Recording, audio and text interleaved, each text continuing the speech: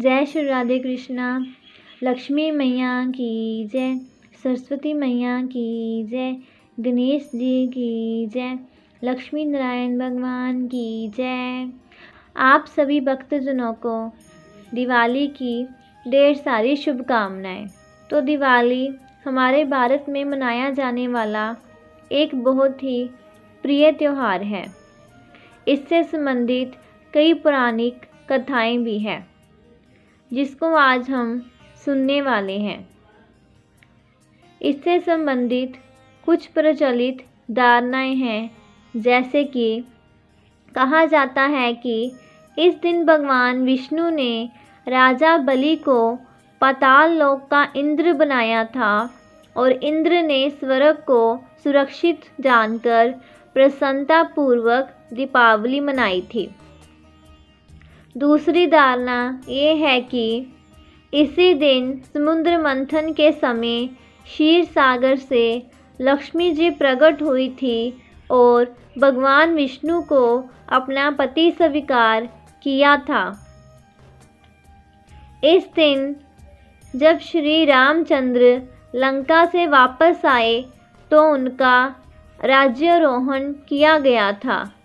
इस खुशी में अयोध्या वासियों ने घरों में दीपक जलाए थे।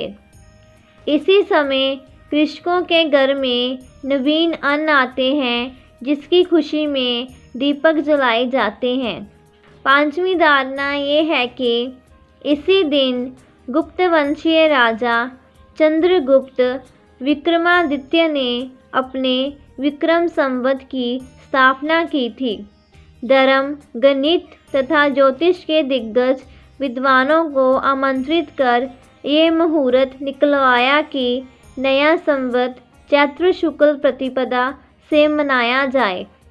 इसी दिन आर्य समाज के संस्थापक महर्षि दयानंद जी सरस्वती का निर्वाण हुआ था।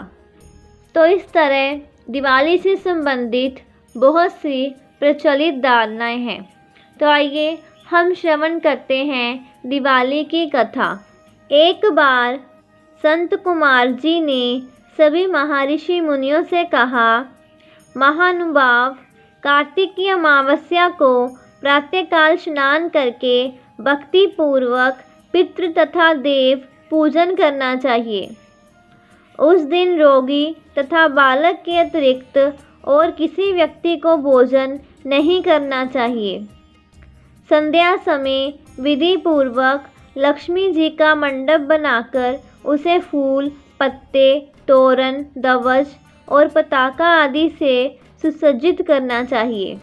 अन्य देवी देवताओं सहित लक्ष्मी जी का पूजन तथा पूजन उपरांत परिक्रमा करनी चाहिए। मुनीश्वरों ने पूछा, लक्ष्मी पूजन के साथ अन्य देवी देवताओं के पूजन का क्या कारण है?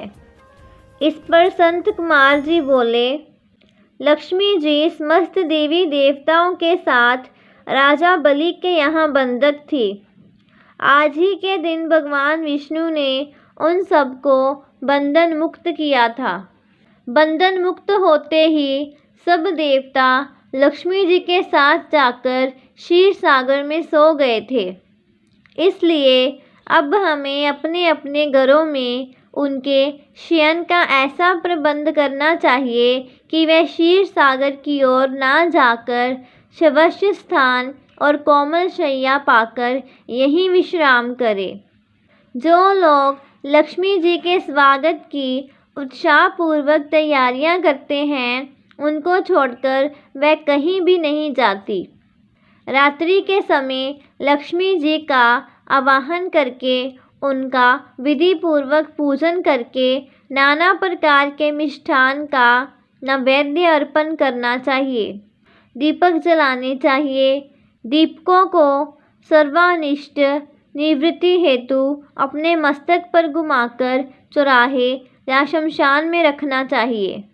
अगले दिन राजा का कर्तव्य है कि नगर में ढिंढारा पटवाकर बालकों को अनेक प्रकार के खेल खेलने की आज्ञा दें। बालक क्या क्या खेल सकते हैं, इसका भी पता लगाना चाहिए।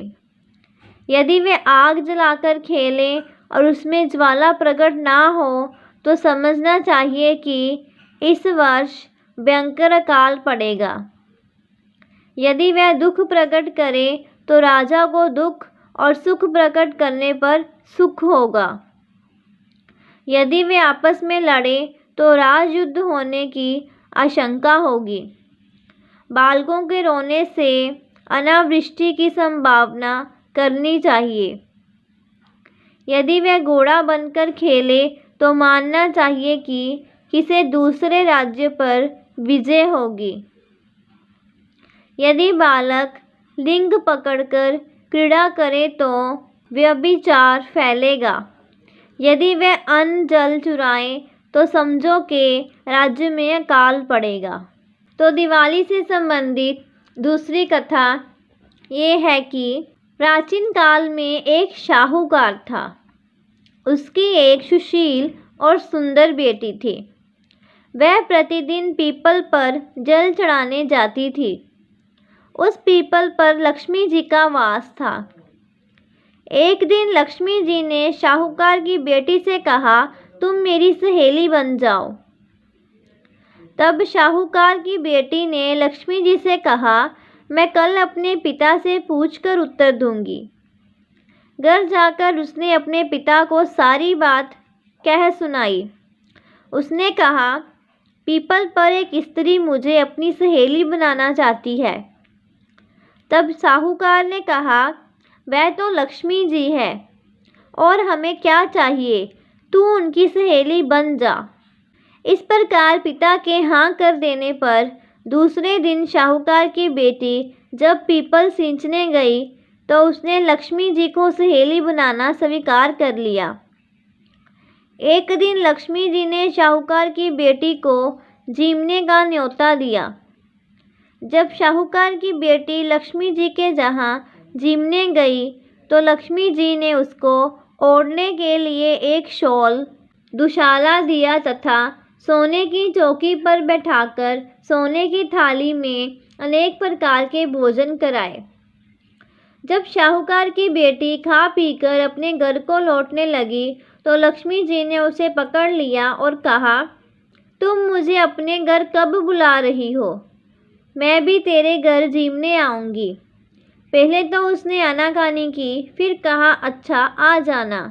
घर आकर वह रूठकर बैठ गई। तब साहूकार ने कहा, तुम लक्ष्मी जी को तो घर आने का निमंत्रण दे आई हो और स्वयं उदास बैठी हो। तब साहूकार की बेटी बोली, पिताजी, लक्ष्मी जी ने तो मुझे इतना दिया और बहुत उत्तम भोजन कराया, मैं उन्हें किस प्रकार खिलाऊंगी? हमारे घर में तो वैसा कुछ भी नहीं है। तब साहूकार ने कहा, जो अपने से बनेगा वही खातिर कर देंगे। तू जल्दी से गोबर मिट्टी से चौका देकर सफाई कर दे। चौमुखा दीपक बनाकर लक्ष्मी जी का नाम लेकर बैठ जा। तभी एक चील किसी रानी का नौलखा हार उठा लाई और उसे साहूकार की बेटी के पास डाल गई। साहूकार की बेटी ने उस हार को बेचकर सोने का थाल, शॉल, दुशाला और अनेक प्रकार के भोजन की तैयारी कर ली। थोड़ी देर बाद लक्ष्मी जी उसके घर पर आ गई। साहूकार की बेटी ने लक्ष्मी जी को बैठाने के लिए सोने की चौकी दी। लक्ष्मी जी ने बैठने को बहुत मना किया और कहा, इस पर तो राजा रानी बैठते हैं। तब साहूकार की बेटी ने कहा, तुम्हें तो हमारे यहाँ बैठना ही पड़ेगा। तब लक्ष्मी जी उस पर बैठ गई। साहूकार की बेटी ने लक्ष्मी जी की बहुत खातिरदारी की। इससे लक्ष्मी जी बहुत प्रसन्न हुई और साहूकार के पास बहुत धन दौलत हो गई। हे लक्ष्मी माता, जैसे तुम साहूकार की बेटी की चौकी पर बैठी और बहुत सा धन दिया, वैसे ही सबको देना। बोलो लक्ष्मी मैया की जय, गणेश भगवान की जय, लक्ष्मी नारायण भगवान की जय। ये थी दीपावली से संबंधित कुछ प्रचलित कथाएं। तो आइए दीपावली से संबंधित एक और बहुत ही सुंदर कथा सुनते हैं। हमारी लोक संस्कृति में दीपावली त्यौहार और माता लक्ष्मी की एक कथा प्रचलित है। एक बार कार्तिक मास की अमावस्या को लक्ष्मी जी भ्रमण पर निकली। चारों ओर अंधकार व्याप्त था। वह रास्ता भूल गई। उन्होंने निश्चय किया कि रात्रि वह पृथ्वी लोक में गुजार लेंगी और सूर्योदय के पश्चात बैकुंठ धाम लौट जाएंगी। किंतु उन्होंने पाया कि सभी लोग अपने अपने घरों में द्वार बंद कर सो रहे हैं। तभी अंधकार के उस साम्राज्य में उन्हें एक द्वार खुला दिखा, जिसमें एक दीपक की लौ टिमटिमा रही थी। वह उस प्रकाश की ओर चल दी। वहां उन्होंने एक वृद्ध महिला को चरखा चलाते देखा। रात्रि विश्राम की अनुमति मांगकर वह उस बुढ़िया की कुटिया में रुकी। वृद्ध महिला लक्ष्मी देवी को बिस्तर प्रदान कर पुण्य अपने कार्य में व्यस्त हो गई। चरखा चलाते चलाते वृद्धा की आंख लग गई। दूसरे दिन उठने पर उसने पाया कि अतिथि महिला जा चुकी है, किंतु कुटिया के स्थान पर महल खड़ा था। चारों ओर धन धान्य रत्न जेवरात बिखरे हुए थे। कथा का सार ये है कि माँ लक्ष्मी देवी जैसे उस वृद्धा पर प्रसन्न हुई, वैसे ही सब पर प्रसन्न हो। और तभी से कार्तिक अमावस्या की रात को दीप जलाने की प्रथा चल पड़ी। लोग द्वार खोलकर लक्ष्मी देवी के आगमन की प्रतीक्षा करने लगे, किंतु मानव समाज ये तथ्य नहीं समझ सका कि मात्र दीप जलाने और द्वार खोलने से महालक्ष्मी घर में प्रवेश नहीं करेगी, बल्कि सारी रात परिश्रम करने वाली वृद्धा की तरह कर्म करने पर और अंधेरी राहों पर भटक जाने वाले पथिकों के लिए दीपकों का प्रकाश फैलाने घरों में लक्ष्मी विश्राम करेगी। ध्यान दिया जाए कि वह विश्राम करेगी, निवास नहीं, क्योंकि लक्ष्मी का दूसरा नाम है चंचला, अर्थात अस्थिर रहना उनकी प्रकृति है। माँ लक्ष्मी की कृपा सदैव हम पर बनी रहे, इसलिए दीपावली की रात हमें माता लक्ष्मी, भगवान गणेश जी और माँ सरस्वती की विधि विधान के साथ पूजा करनी चाहिए। आप सभी को फिर से दीपावली की बहुत सारी शुभकामनाएं। ऐसी और जानकारी प्राप्त करने के लिए हमारे चैनल के साथ जुड़े रहें। वीडियो को ज़्यादा से ज़्यादा शेयर करें, चैनल को सब्सक्राइब करें। जय श्री राधे कृष्णा।